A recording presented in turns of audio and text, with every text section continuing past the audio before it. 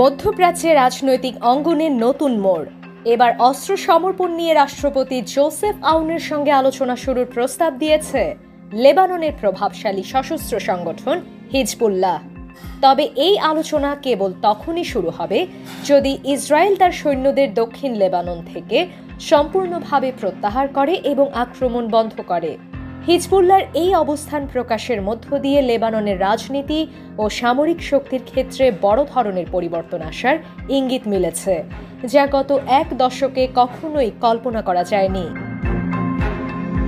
লেবাননের ক্ষমতায় আসার পর থেকে পশ্চিম ঘেঁষা রাষ্ট্রপতি জোসেফ আউন দেশটির অস্ত্র ব্যবস্থাপনার একক নিয়ন্ত্রণ প্রতিষ্ঠার প্রতিশ্রুতি দেন। বর্তমানে হিজবুল্লাহর সঙ্গে এই বিষয় নিয়ে আলোচনার পরিকল্পনা করছেন, যদিও এই প্রক্রিয়া হবে দীর্ঘমেয়াদী, যেখানে হিজবুল্লাহ তাদের অস্ত্র রাষ্ট্রের হাতে তুলে দেওয়ার শর্তে আলোচনায় বসবে। ইরান সমর্থিত অন্যতম শক্তিশালী সশস্ত্র গোষ্ঠী হিজবুল্লাহ তাদের অস্ত্রকে দেশের নিরাপত্তার জন্য অপরিহার্য মনে করে।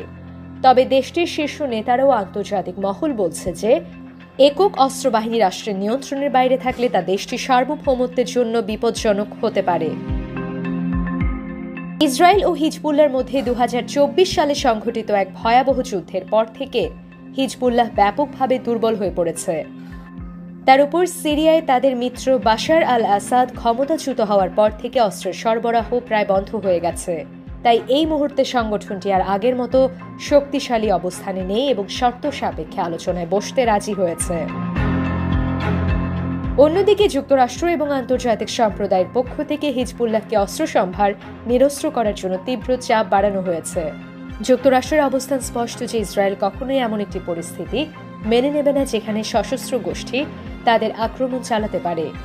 এই বিষয়ে মার্কিন সরকারের একজন শীর্ষ কূটনীতিক মর্গান অর্টাগাস সম্প্রতি বলেছেন যে হিজবুল্লাহ এবং অন্যান্য সশস্ত্র গোষ্ঠীকে অবিলম্বে নিরস্ত্র করা উচিত এবং এটি লেবাননের জাতীয় নিরাপত্তার জন্য অপরিহার্য।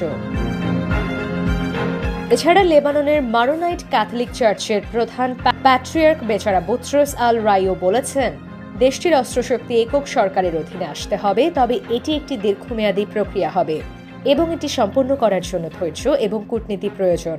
তিনি আশাবাদী যে রাজনৈতিক ও সামরিক নেতারা আলোচনার মাধ্যমে এই সমস্যার সমাধান করতে পারবেন, তবে এটি একটি দীর্ঘমেয়াদী প্রক্রিয়া হতে পারে। এখন প্রশ্ন হচ্ছে লেবানন কিভাবে তার সশস্ত্র গোষ্ঠীগুলোর অস্ত্র রাষ্ট্রীয় নিয়ন্ত্রণে আনবে এবং দেশের সার্বভৌমত্বের জন্য কতটা প্রভাব ফেলবে এই আলোচনা।